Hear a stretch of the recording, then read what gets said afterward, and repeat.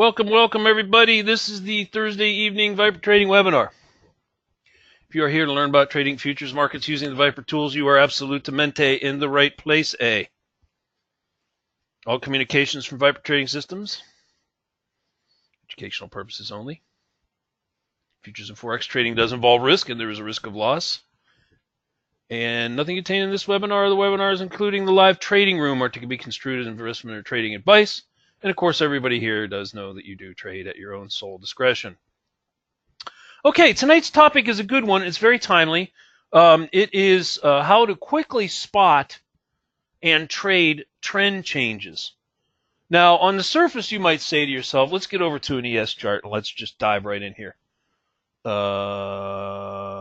Screen one, stand by. Screen one is right here. Okay, hold on one second, please.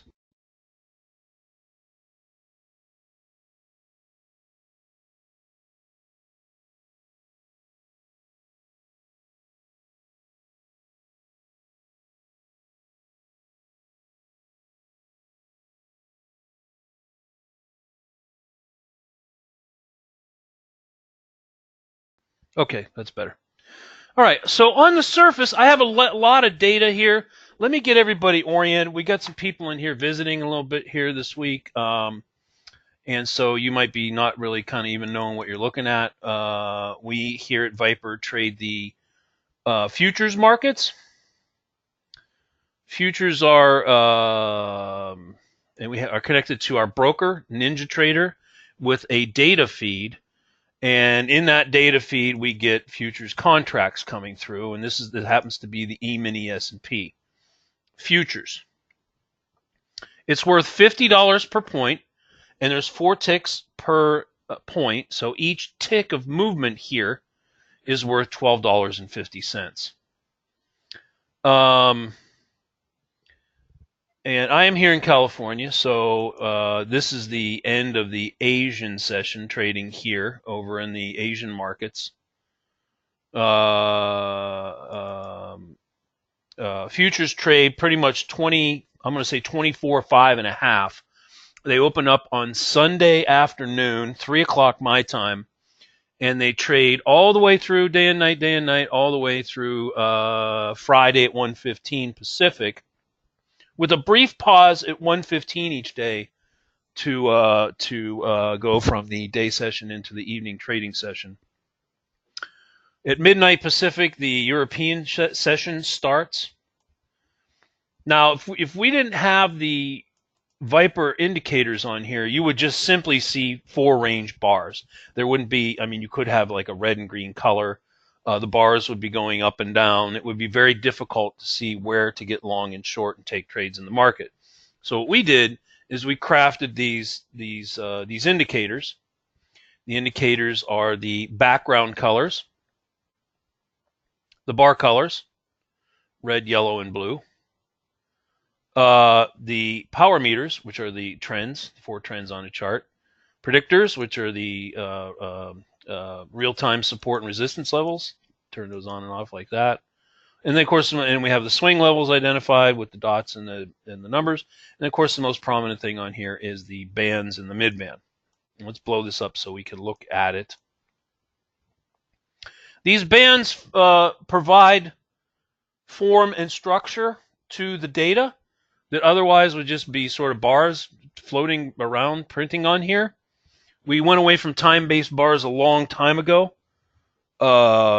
simply because the size of the bars are not consistent. You could have a whole slew of like tiny little bars, and all of a sudden, 1 minute you blast up like 20 ticks or something. So it's very difficult to trade and have accurate indicators on time-based bars. But the 4 range work perfectly. We've been doing that for almost 10 years now. So how does this work? We have the large line in the middle of the bands called the mid-band, very prominent. You can see it right here. And then we have 4 bands below it, 1, 2, 3, 4, and 4 bands above it, 5, 6, 7, 8. You might notice that there's a thin red line above band 2. That features prominently in our trading. Mid-band is right here just above band 4. and then there is a line, a thin green line above band 6, which is called line 6, and 7, 8. Okay. Now, the easiest way let me start with kind of the obvious, and then I'll work backwards into some more difficult concepts.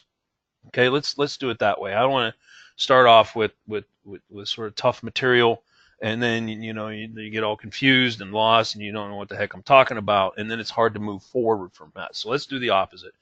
Let's start with some basic concepts as a good foundation in terms of what a trend is and what it isn't, and how you can quickly identify it.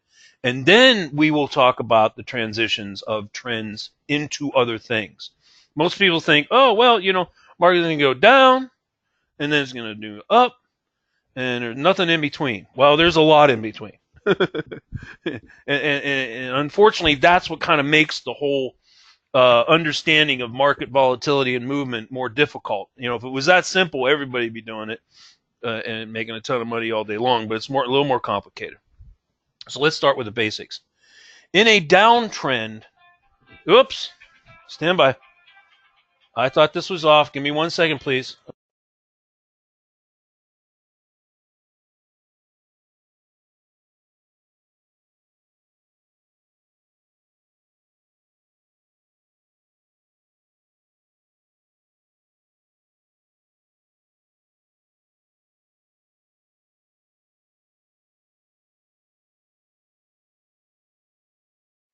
My apologies. I thought that was off. Sorry about that. It's now turned down. Okay, let me turn this down. That was the wife.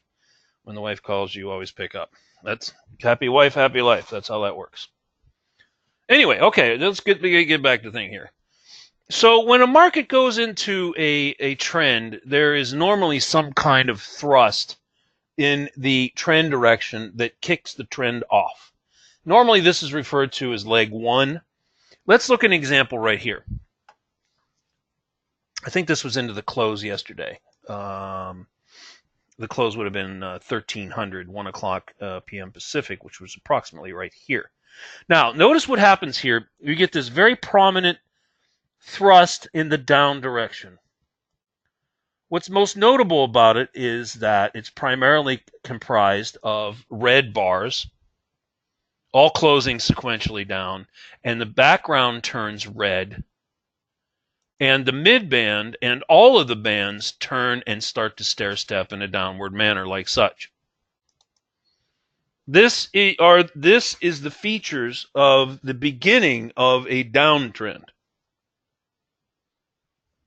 Now, most of you know our approach to trading. You disappeared. I can't hear you, Mindy. Okay, let's do a test here. Is my cursor moving around? Yes or no? And can you hear my voice on the audio? Cursor moving back and forth, and audio check. Yes, all good. You hear me now, Mindy? Okay. All right, let's move forward. Now, normally, and I'm not going to spend a lot of time on this because there's much more follow-through to this than meets the eye, is many times it's hard to catch the first leg of a move.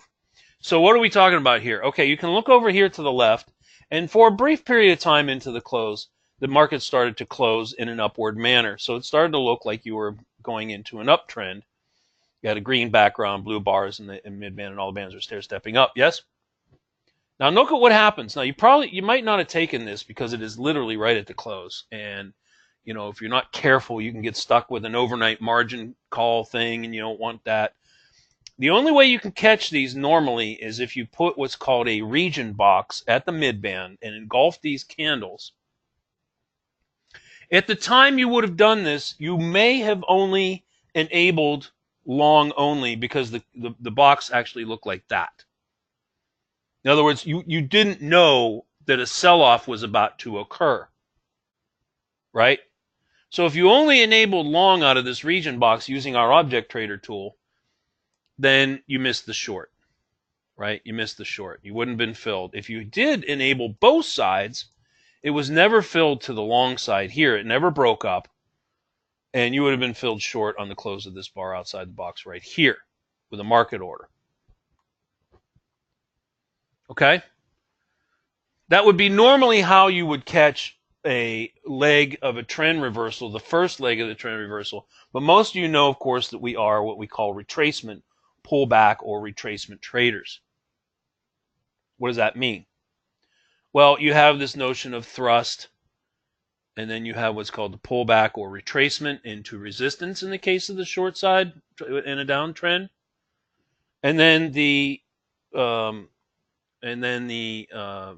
market repeats itself. So if you get trend continuation, you get another thrust in the downward direction, like such. And then there's another retracement, like such. And don't worry about it right now. We're going to talk. We will explain on how precisely to take these trades. Right now, our discussion is a very high level, almost sort of conceptual in the way that we are looking at this, just so we understand the definition of what a trend is, up or down, what a trend isn't, and then we'll talk about the transitions and how to trade it. Okay? Here's a mid-band kiss and roll. So this is a short trade entry here, mid-band kiss and roll, short trade entry here, and then of course you can see the market continue to drop. These are all short trades. Every time it did a retracement, here's a minimum requirement one. Here's another one here. You can see them. As you start to develop an eye for the patterns, you can see, you can very quickly spot where short, in a downtrend, each one of these pullbacks, we call it kiss and roll in the case of the shorts, off of resistance, are all short trends, trade entries. You can see them. See them all? When you have a protracted short trend, you're going to notice that the background will remain red. The bars will primarily be red and yellow as they approach the midband, and you will get a continued stair-stepping down of all of the midband and the bands above and below it. This is a very nice, perfect, well-behaved downtrend. Now let's go and find an uptrend so you can see the difference between the two. When I say well-behaved, I'm referring to the market respecting swing levels here on its pullbacks, allowing you to get in. That's important. Let me show you a transition from a down to an up, and then how you would trade an up. Here's an example right here. I think this was yesterday morning. To the left, you can see that you were coming off the tail end of a downtrend, sell off over here.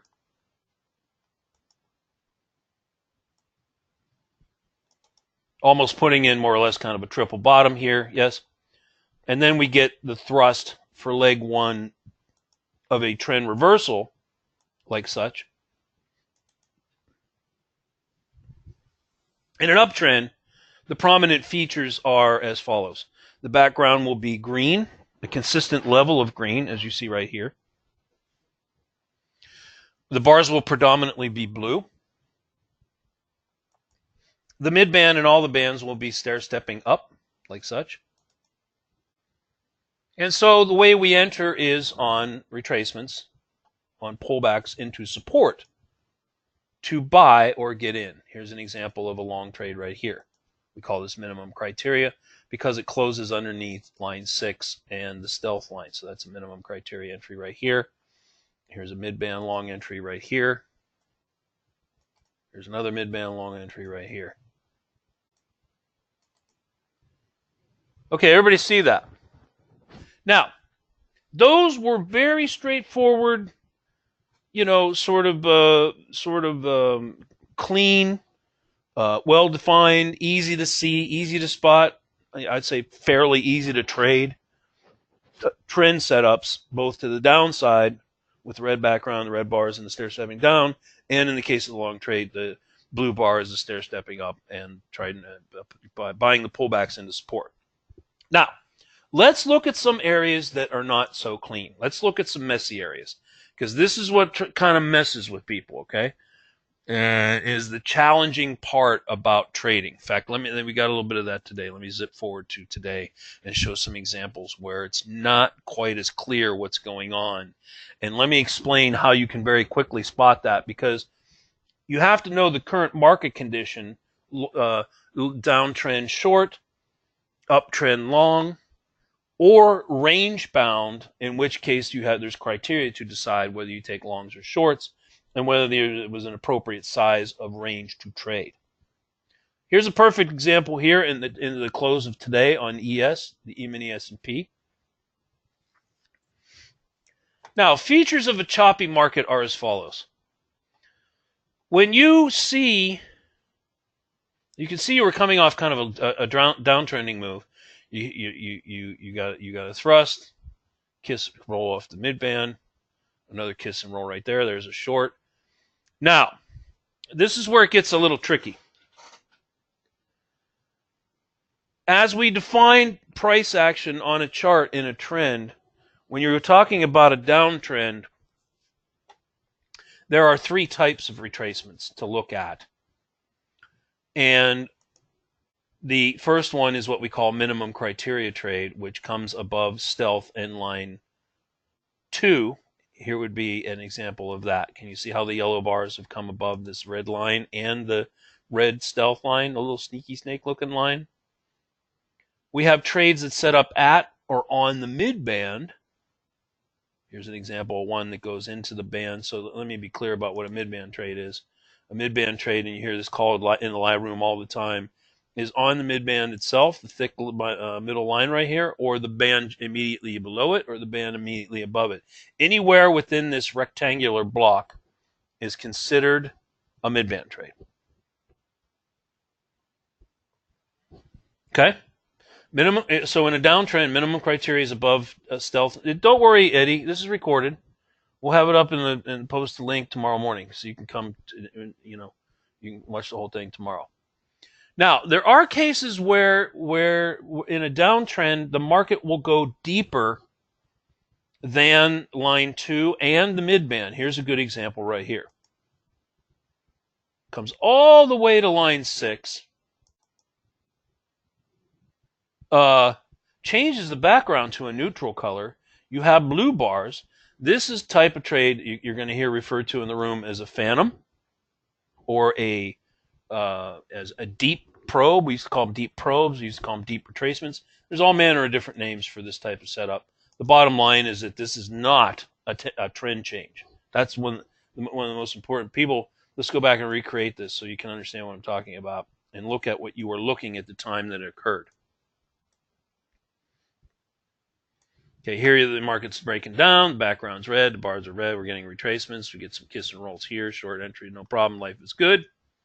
And then we come all the way out here. Even if you had a mid-band box, you could try to get short here. You never got filled. So that is a legitimate mid-band box, but it never got filled. So then it sometimes goes deeper. Now, where this tends to be a little, I'd say, challenging to some traders, is the visual issue where the bars turn blue. So visually it's a little bit challenging. Sometimes when traders see this, the mental trigger is, ooh, blue bars, we're heading up now. But from a trending and swing point of view, that's not the case. Okay, that's not the case. As long as it remains under line 6, and still there is weakness. Can you see that this was actually a deep bar probe or a phantom trade, a kiss and roll off at line 6 on a downtrend, where then it proceeds to continue to go down right here.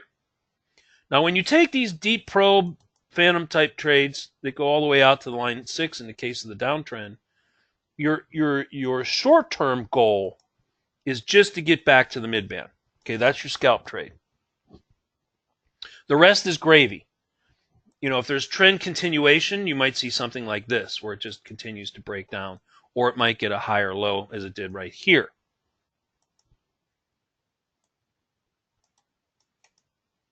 Now, I have said this many times before. The deep probe trade is a good trade to have in your trading repertoire, in your toolbox, so to speak, because they come along. You know, not a lot, but quite often they come along, and it's a good trade to know, and it's good, you know, a good one to be able to step in and take it, because they can be very profitable. However, some traders tend to prefer to stick with more the minimum retracement trades, which the bars stay yellow and red, and they stay under the mid-band. And a lot of traders, we had whole webinars dedicated to mid-band trades. So that's kind of our go-to trade, is a mid-band trade right here. What I'm trying to be clear about is that this scenario right here that I've outlined, and even to the right here where it rolls over again, this is not a trend change right here. This is not a trend change, even though the background has changed, right? And you did get blue bars, and it did roll over, and it tried to come back down here, but it didn't quite get there. And this rollover here is another shorting opportunity. Now, you don't have to take those. We teach this, okay? We teach these trades to traders literally all over the world, and they trade all kinds of markets, currency futures overnight, you name it. You know, our traders are trading it and are using our tools. And so we teach the methodology on how to take these. Does that mean you have to take every deep retracement trade that comes along? No.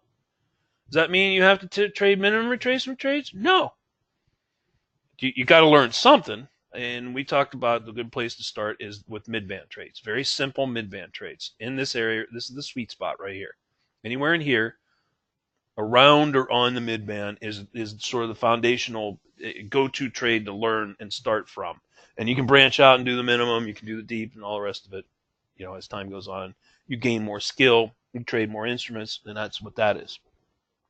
So then you're saying, okay, Charles, we've seen a downtrend. We've seen an uptrend.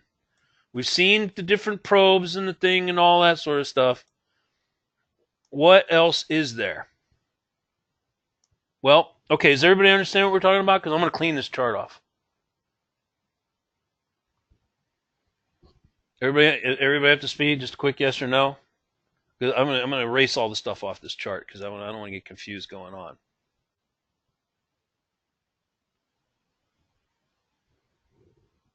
Yes?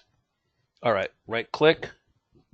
Remove all drawing objects. So I'm going to take everything away. So if there are no more questions, I'm going to clean the chart off right now. There we go. Clean as a whistle.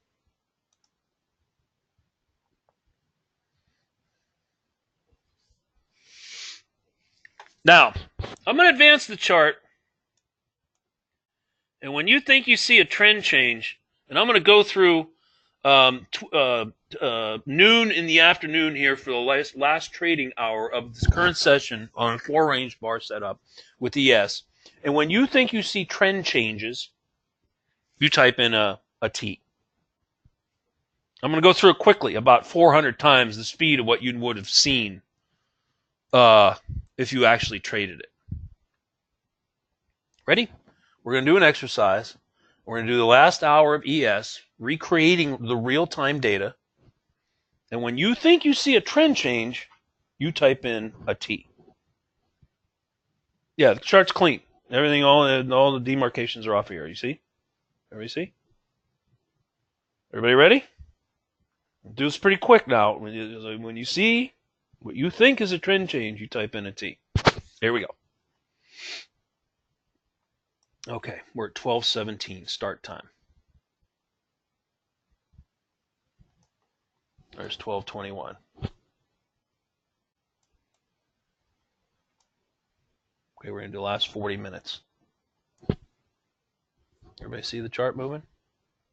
Okay.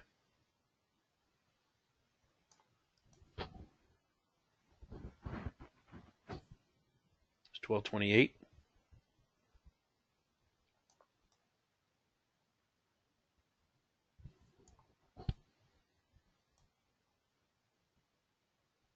It's 12:36. Okay, we're all watching the live market together. This last 30 minutes coming up of market time. 12:40. 12:42.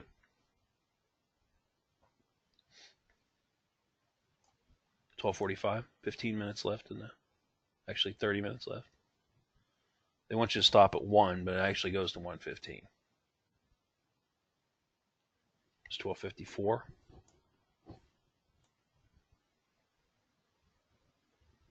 12:57. 3 minutes left till 1 o'clock.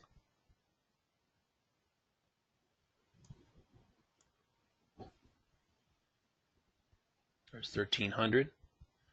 So now the market, like I said, you should be looking to stop right about here.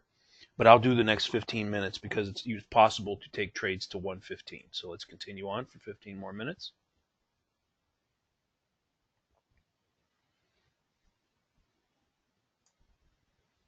It's 1300, 1302, 1330, and there's the overnight session starting out. All right. I'm going to stop it there. Now let's go back.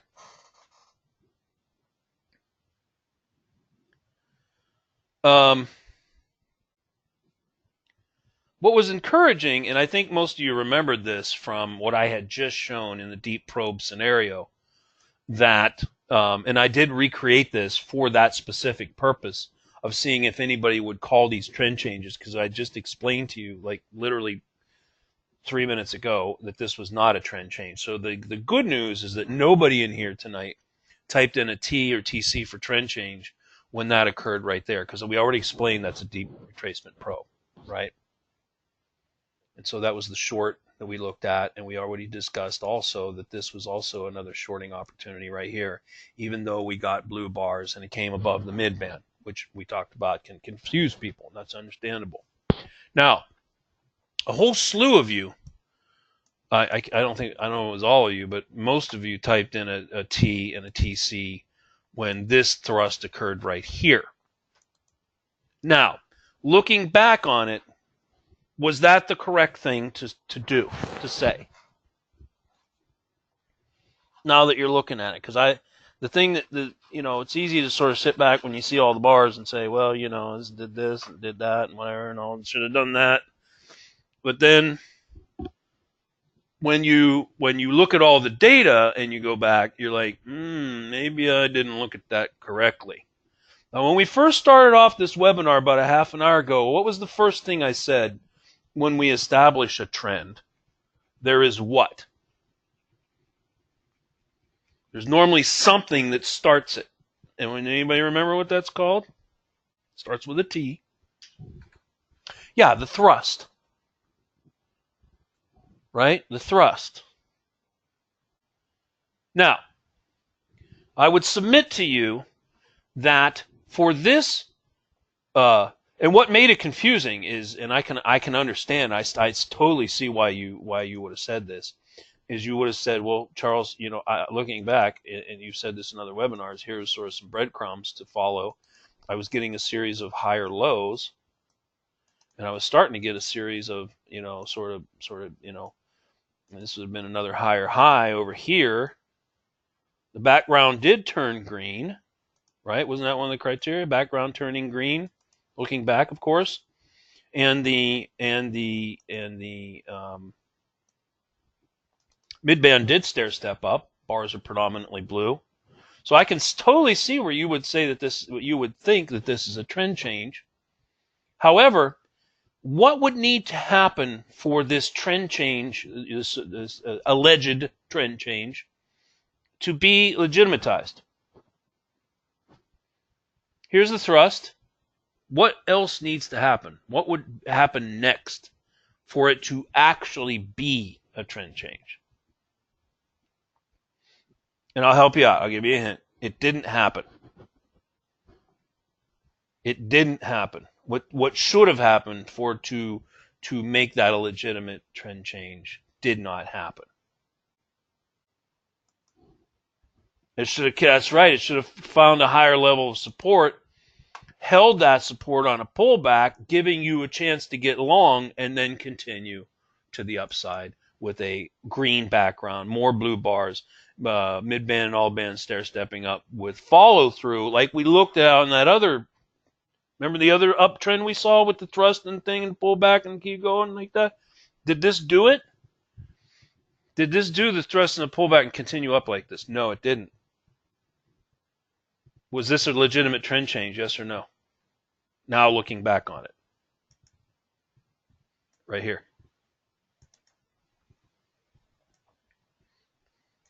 Now that you look back, now that you can see it.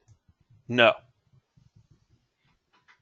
So that's the critical thing that you want to take away from this, okay? If you remember anything from tonight, it's this. It's not so much what that thrust move is, okay? It's important in the fact that it can be identifying the beginning of a trend occurring, but it is what the market does after the thrust that confirms the fact that now you have an uptrend or a downtrend, right? Now, how about here? What is happening here?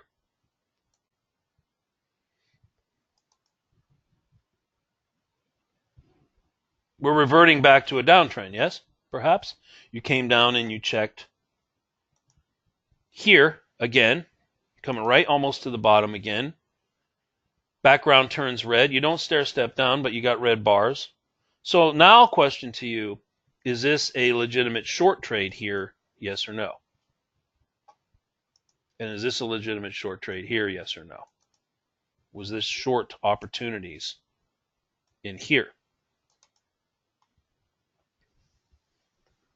Yes.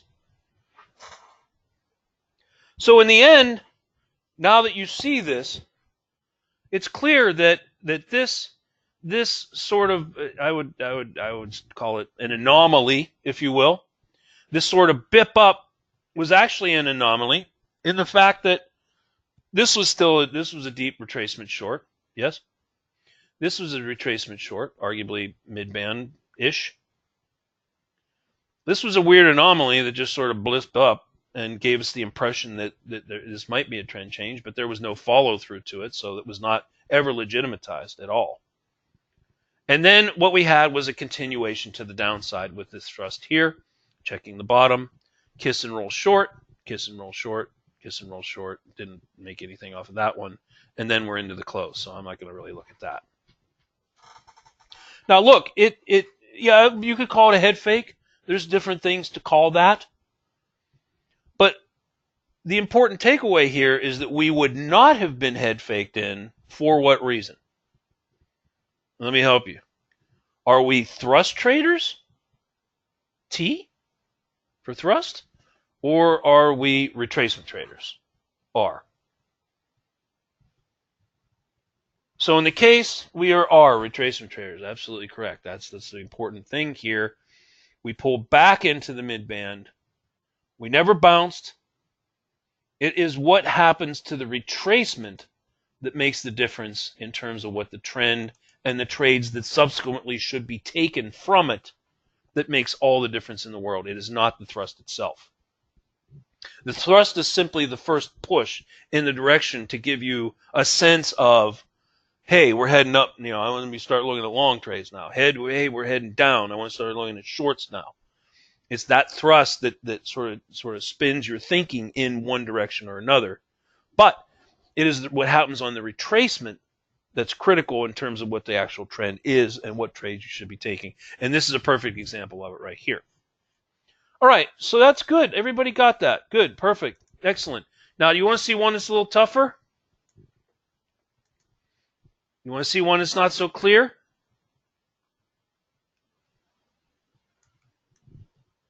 Yeah, throw us a tough one, man. Come on. Quit dogging it. All right, here I got some ones to throw at you here. You ready? Here, I got a couple tough ones. You think you got this, huh? Okay. All right. Let's do a couple of real tough ones. All right, you ready? Okay, this is going to be, I think, 8 o'clock this morning. Yeah, I think 8 o'clock this morning. Throw us an Auburn tough one. All right, okay. All right, here you go. All right, you type in when you think you see a trend change. Ready? T or TC? This would have been starting at 8:06 a.m. Pacific time, ES 4-range chart. Here we go. We're going to recreate this time frame starting right now. When you think it's a trend change, you type in T or TC to signify that is what you believe it has or is happening as I advance the chart. Here we go.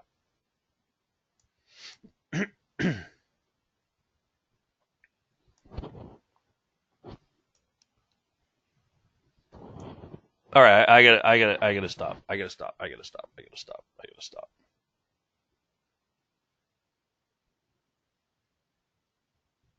Let me ask a question of the team, because some of you typed in trend change right here. So let me submit that question to the team, because some of you did it. I'm not going to name names. Is this a trend change, yes or no? Now, look, some of you might be looking at this for the very first time, and you're only, I don't know, what is it, 40 minutes into looking at the new charts. If you're just brand new to this, and you're just sort of throwing stuff against the wall and hoping it sticks, I understand it. I get it. It's no problem. Look, it takes a little while for people to get this. It's okay. You're going to make mistakes as you see different things. It's all totally okay. That's all part of the learning process. This is absolutely not a trend change. Do you see any? We are in an uptrend. Okay, let's go back. Let's pause and get back on track here. This is the thrust, right? Background turns green. Bars are blue. Everything is stair-stepping up. We all agreed we're retracement traders. This is the retracement into support at the mid-band. This is a mid-band long trade. Mid-band long trade, not a trend change. Mid-band long trade entry. Right? All right. Let me erase everything on the chart and we'll start over again. So we're all on the same page. Okay. Okay. What are we going to do here? Okay. Remove drawing objects. There we go. Nice and clean. Here we go. So, okay, I'm giving you a hint. When we get to the yellow bar to mid-band, that's not a trend change, right? You got it? Okay, good. All right, here we go.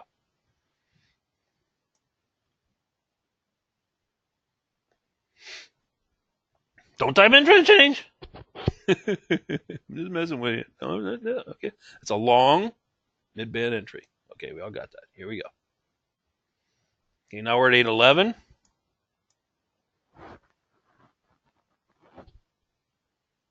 $8:14 a.m. Pacific this morning. 8:19.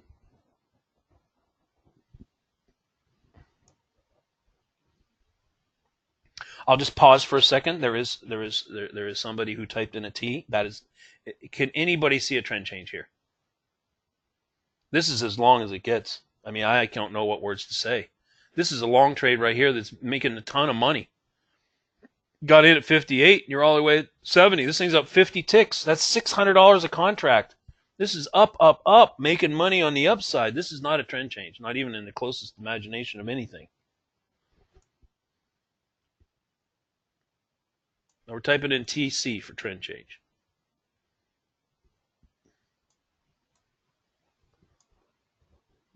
Let's do that. Make sure it's a TC so we're not confusing. Some of you might be typing in thinking you're calling a trade, so let's just make it a TC. Okay? Excuse me. Okay, now we're at 828 going on to 830.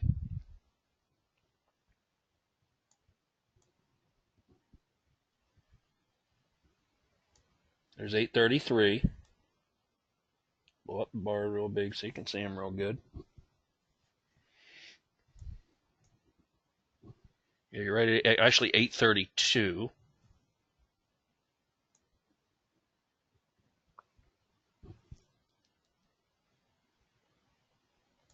$834.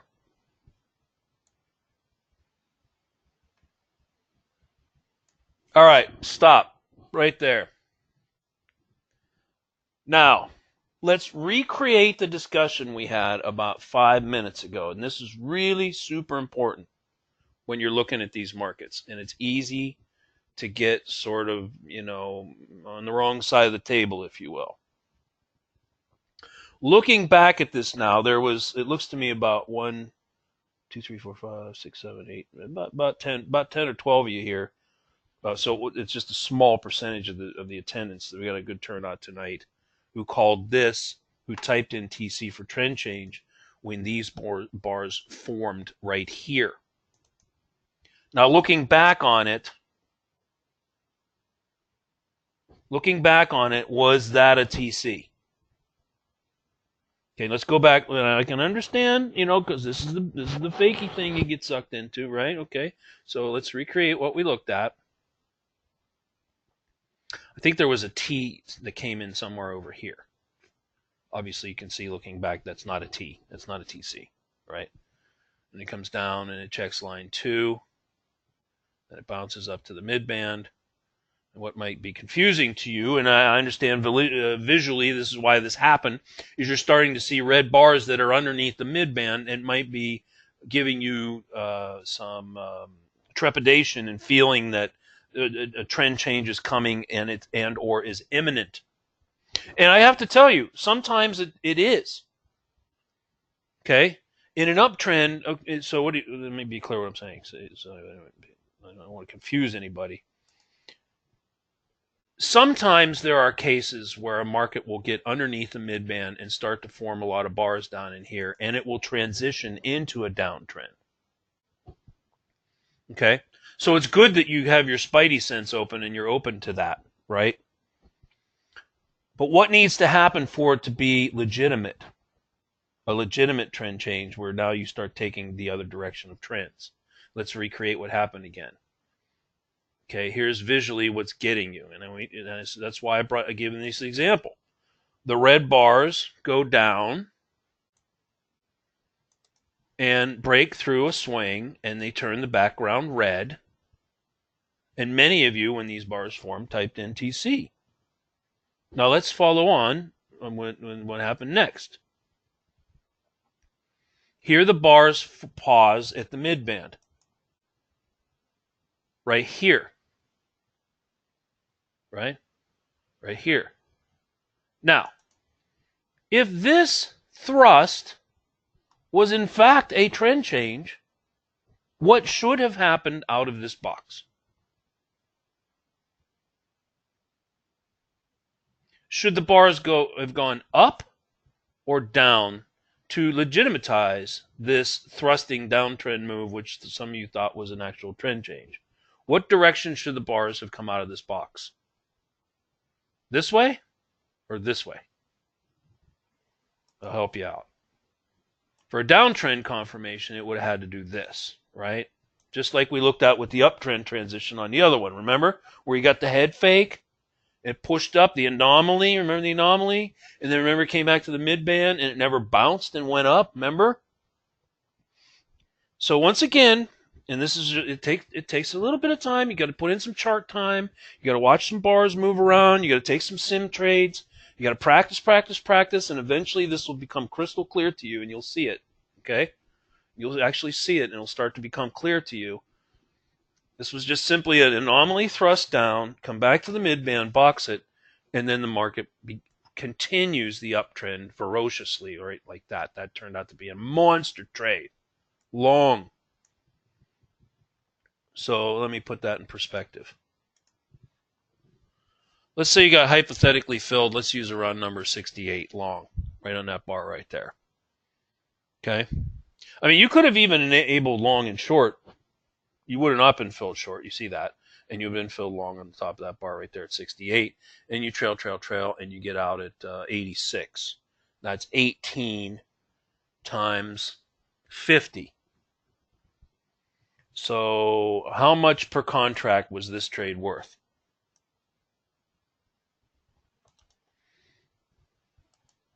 $18 times 50 is how much?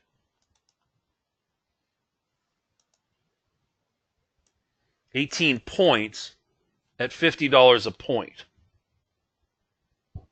9 bones, yes? 9 bones. That's $900 per contracts. Two lot on this trade all the way up would have been $1,800. Is that how many people would you be hitting your goal? Would that be a one and done for you right there? Sure. I venture to say most of you it would probably be a one and done. What I'm saying is this: you could have missed all this over here. You slept all the way. You didn't even wake up till 8 o'clock. You just slept in, you forgot your alarm, your dog didn't wake you up, whatever, you get some coffee, you turn on the chart, You see it dinking around. It's coming to the end of a long, not protracted uptrend. You didn't get it because you weren't even awake over here. Now you're looking at it. You see this deep pullback into here. You pull up your object trader tool. You throw a little box around here. Maybe at the time you said to yourself, well, it could go either way. Never filled short. Bagunga, off you go. You trail your stop, and out you go. 9 bones a contract, less commission. That's the way to do a morning.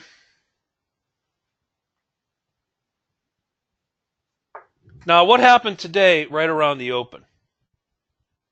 Let's go take a look.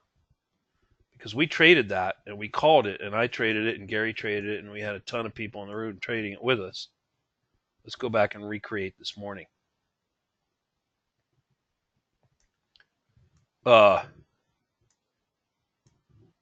the equity markets open at, Gary opens the room at 5:55 Pacific, and that's because originally it was supposed to be just exclusively looking at crude oil for crude oil setups right at the crude pit open. That was the sort of the original impetus behind opening the room at 5:55. That was the thinking behind why we did it at that time. If you're wondering, well, why you open the room at 5:55? Well, the pit opens at 6. He used to exclusively focus on crude in that first half an hour, and then at 6:30, when the equity markets open, we pull up gold and pull up everything else. Well, as it turns out, now in the pre-market session between like 6 and 6:30, sometimes there's good moves on gold and good moves on the equity, and sometimes you want to catch those in addition to your crude trades. So that's why he shows all the charts. But if you just want to trade the open, you would have started looking at the E-mini S&P right in here.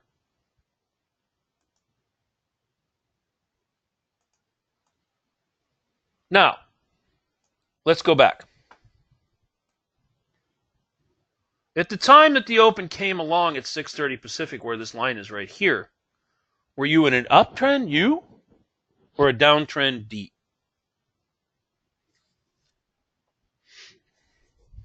At the open, right here. This is the open of the equity market. Gary opened the room like right in here somewhere. Was the market going up or down at the time the open occurred? Yeah, it was up. It was heading up from over here. Here's the beginning of the European session over here at midnight. And you went sideways a little bit, went down a little bit, came up, and then you were very in a protracted uptrend move, right? Now, I'm going to advance the chart for the first 14 minutes of the market open on ES, and we're going to watch it together as if we're recreating real time from this morning at the open. And when you think there's a trend change, so everybody in the room typed in U for up, and that is correct. You're up. So in the first 14 minutes, if you think you see a trend change as I advance the bars on the chart, recreating real time, you type in TC. Ready? Okay. All right, here we go. TC, when a trend change occurred, when you believe a trend change has occurred. You don't have to say what you're going to do. You don't have to call any trades. You don't have to do any of that. You just, when you think there's a trend change, you type in TC. Here we go. 6:18. Here, let me blow the chart up so you get all the detail on the bars. There you go. Okay, 6:28. 2 minutes to the open. Okay, 6:30. Ding, ding, ding, ding, ding, ding, ding. Market open now, right? Ding, ding, ding, ding, ding.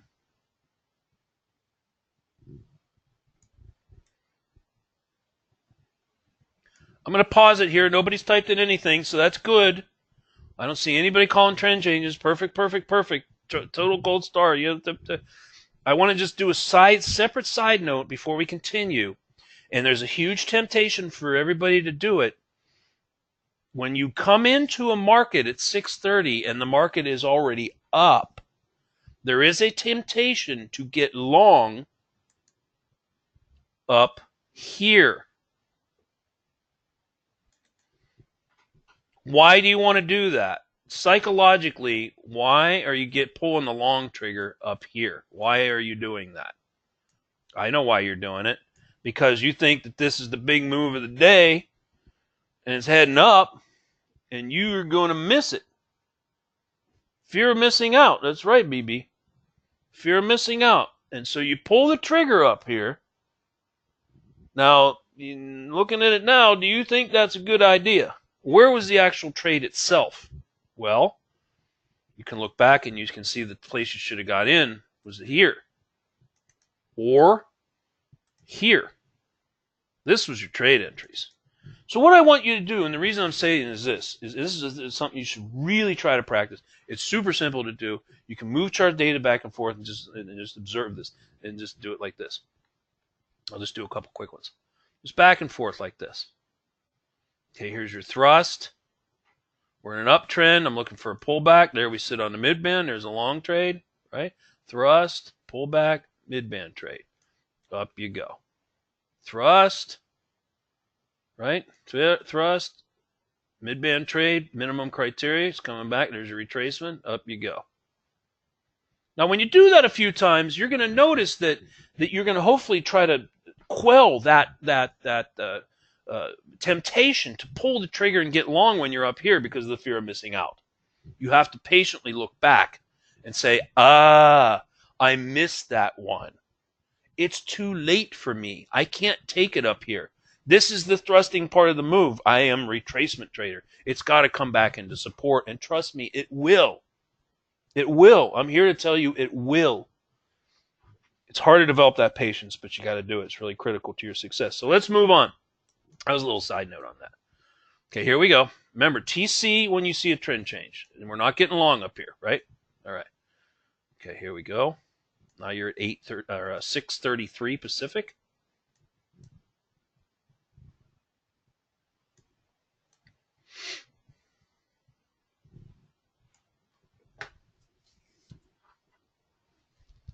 $6.37. 6:38.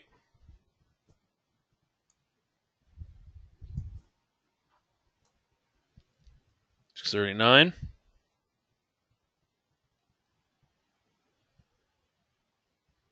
6:41. 6:43.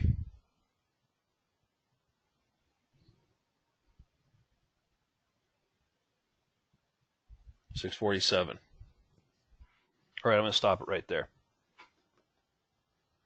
Now, almost everybody in the room, or a big chunk of you anyway, I didn't count them all up, but a lot of you, typed in TC when you saw this right here. Looking back on it, was that correct? Is this thrust, and this is the third time we've been through this concept, so hopefully it's starting to, starting to lodge into your cranium there a little bit. The leg one thrust of a trend change or thrust of the move is not necessarily indicative of the trend change itself. However, when the market did this and this, there was two spots. I gave you two shots at this one, okay? The first one was here, right? And the second one was here.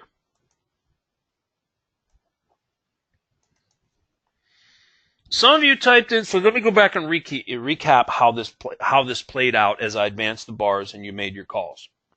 Some of you typed in a TC symbolizing trend change when this thrust occurred right here, and I'm telling you that was not correct. Okay, that's the initial thrust part of the move, and that is not a trend change. It's what it does after it does this, right? Remember, it's what it does subsequent to the thrust part of the move. Yes.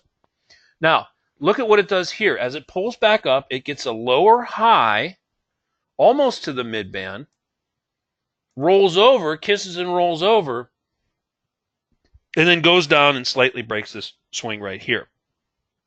It is when this occurred, and this is a legitimate short trade, that trend change confirmation occurred. Many of you typed in a TC right in here, and that was correct. This was not correct. This is correct right here. Some of you did not type it in here, and that's okay. But when it came up here and started to kiss and roll, you typed in TC, and that's correct too. It's a little bit late. You missed the first one. That's okay. But look at what a monster trade. And we called this short, and I took this short with a 3 lot. Anybody remember that? Let's see what this trade turned into. I'll circle back. Did anybody see the two extra entries? Where was the other entries? Here was entry 1. Here was entry 2. Where's another one? We call these live in the room. Anybody see another one? Where's another place? Where was another one? We called that one live, remember? Wrote it all the way down. Very rare to see a 120 tick move on ES. This is just unadulterated sell programs with no buy side coming in to support it at all. Uncontrolled sell programs. That's what this is. Why? Why was the market selling off so big today? Why did you have a 100 tick drop on ES? Some of the other markets, I think the Dow dropped like, I don't know, 600 points or some ridiculous amount like that. I think it was over 600 points at one point. Apple disappointment on sales in China. Terrible ISM number. Remember the ISM number came in and it missed. Manufacturing number was the lowest number in like 5 years or something like that. News bots grabbed a hold of that, and what did they do? Sell, sell, sell. No buy side to this at all. I forget my exact fill, but I'm going to start and say I'm going to pick a round number here and say you got in, say you got in late on this one down here at like, I think it was like 85.50 or something. I don't know. I think it was 85.50. Yeah, whatever. Let's just call it 85. Just you're filled short out of the box in here. Okay? By the way, this could have been one continuous trade. For me personally, when I get big moves like this, I write it down. I just write it down. I know these are 20-tick pullbacks. That's a lot of money on a 3 lot. This could have been punctuated into 3 separate trades. That's what I'm trying to show you. You could have gotten in, stopped out, re-entered. Trade leg, let's forget about this one. Okay, let's forget about this thrust and forget about that. Let's start looking at the trade after that one right there. So trade leg 1 was here. In the end, they amounted to almost the same amount of ticks. Leg 2 was here. Stopped out, re-entered. And that was the third and final leg right there. You see why I do that, right? And there's a risk to that by doing the riding at the midband. There is a risk to that, okay? There's a case where, in this case here, it came up to the midband and then took off, and you give up a lot, draw down on your trade right at the end. So that's the risk. But if you recall, after we had dropped all this way, we didn't have loose stops anymore. Do you remember that? Remember, no loose? Remember we said no loose, crank it down. We got out here 40, I think it was 58, 50. Right as we came up here, we got out.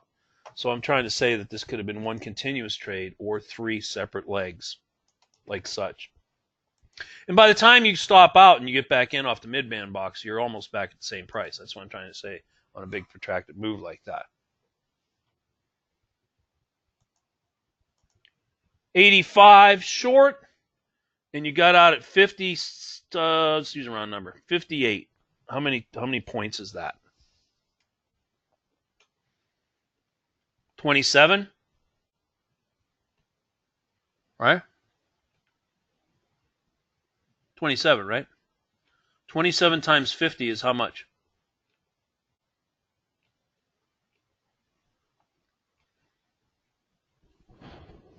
$13.50. I had a 3 lot on. So how much money did I make on this trade? Anybody remember? Was anybody in the room? Because I described this trade the whole way down. I told everybody exactly what I was doing. And I told everybody exactly where I got out. And I told everybody exactly how much money I made on it. $4,000. This trade was worth $4,000 on a 3 lot. Yeah, 41.25 I think it was when it was all said and done. Somewhere right about there. Less the commission, of course. This is a killer morning. You guys can do this. I'm not making this up. I'm not making this up. We called this. This happened in the room this morning, right at the open. We took it. Gary took it too. I think Gary broke his into 2 or 3 trades, though. I'm not sure. I think he got out. I think he didn't do all these retraces. I think he got out and got back in, got out and got back in, and rode all the way down here. I don't know how many contracts he had. I can't speak for him, but I know he caught it. Some of you caught it too. Yep.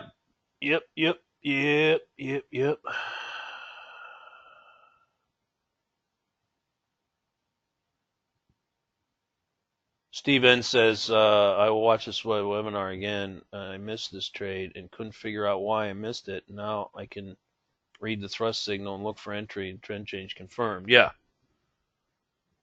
Yeah, it's not and don't worry about it, Steve. You know, I know you've been trading for a while, you know, I know, and you know, it's easy to you know, sort of get sucked into the thrust part of when a market starts to push in a given direction. But you can clearly see here, and with the other examples that we showed tonight, that it's not the first thrust. The first thrust is normally setting you up for something, trades that there needs to be follow through on subsequent moves in the trend direction, right? There has to be subsequent moves in the direction of the trend that follow through with the trend to confirm and keep the trend going. Excuse me. Let me take a sip of tea. Hold on a second.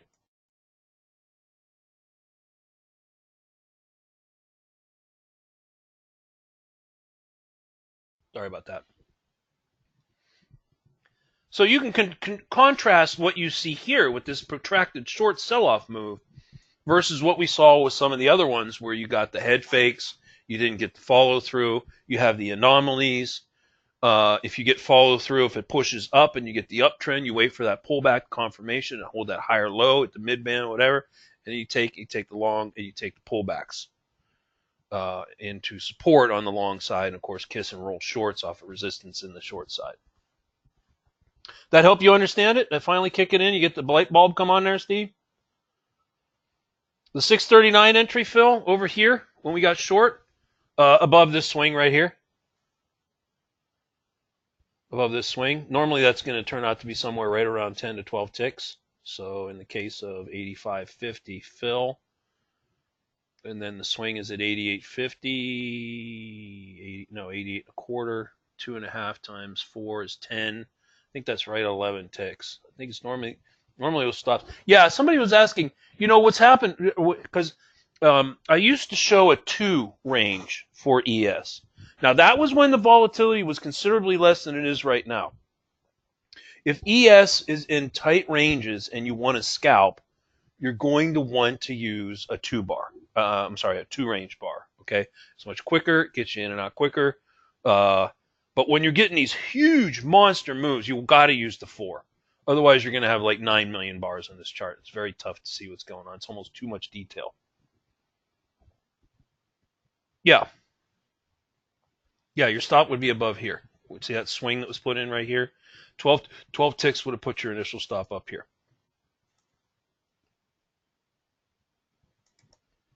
Never felt any heat at all. None. Just moved immediately in your favor. That's how you know you got a good trade. That's how, if you traded, you know what I mean. If it immediately moves in your favor, you know you're in a good trade, right?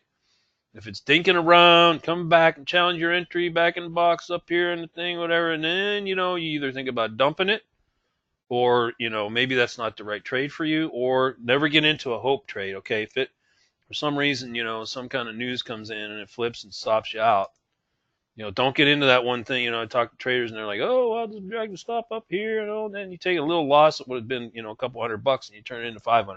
You don't want to do that. Well, that's the other way to trade it, Steve. And I'm gonna close on that note. He's pointed out that if you one of the things that we teach is you can put it, if you don't want to put 3 or 4 or more on, you can put a 2 lot on. When the market moves in your favor 10 ticks, you take the scalp off a line off of your you take 1 lot off at 10, okay, and then you take your initial stop, and this is still a very valid way to trade this. hypothetically you're short 2 lot in here at 85.50, pop 10 tick, take 1 lot off, take initial stop down to 2 or 3 ticks behind your entry. So now you got a free trade. And then you trail your stop on lot 2. Stop out here. Re-enter, scalp trade. So repeat. Scalp 10, trail stop, stop out, re-enter, take 10, trail the last one, and then the last one stopped out right there. So you wouldn't have, in that case, caught the 3 lot on the whole move, but you still capitalized on making 3 10-tick scalpies, right, which are locked in. You got your free trade off because you're 3 ticks behind your entry, so even if it came against you, you still made money, net 7 ticks, right? 3 scalpies. And then the 1 lot you rode down and took advantage of the larger move. So, we teach that all the time. That's sort of the more traditional way of doing it. And it's a very valid way to trade. Sometimes I do that. I haven't been doing that lately, Steve, because sometimes I wind up choking off these big runs. And with as volatile as these things are, when I get in there and the futures markets are down, on ES, 20 handles, Apple misses. I look at the overnight markets. I just happened to be watching the Asian market session last night. They were hammering the Asian session. They were just pounding it. And the European session got hammered too, and the futures are down when you come in, 20 handles. It's a sign it's probably going to get a big sell-off day. Sure enough, when they'd started selling off right away, and then the accelerator, the afterburners kicked in here with that bad ism news. Look at all these news bars that print right at 7 o'clock. Look at this. Here's 7 o'clock. Here's 7:01 way over here. All these bars are news bars selling. News bots go in, they read the news, interpret the sentiment of the news, and then either kick into buy or sell mode. And that happens a lot on news days, non-farm payroll, oil inventory, Fed announcements. Those all kick in the news bots. A handle is a point. That'd be 20 points. That's an old saying on ES. 20 handles. That'd be 20 points. That's all. Handle's a point. Or lot can be here, but could be.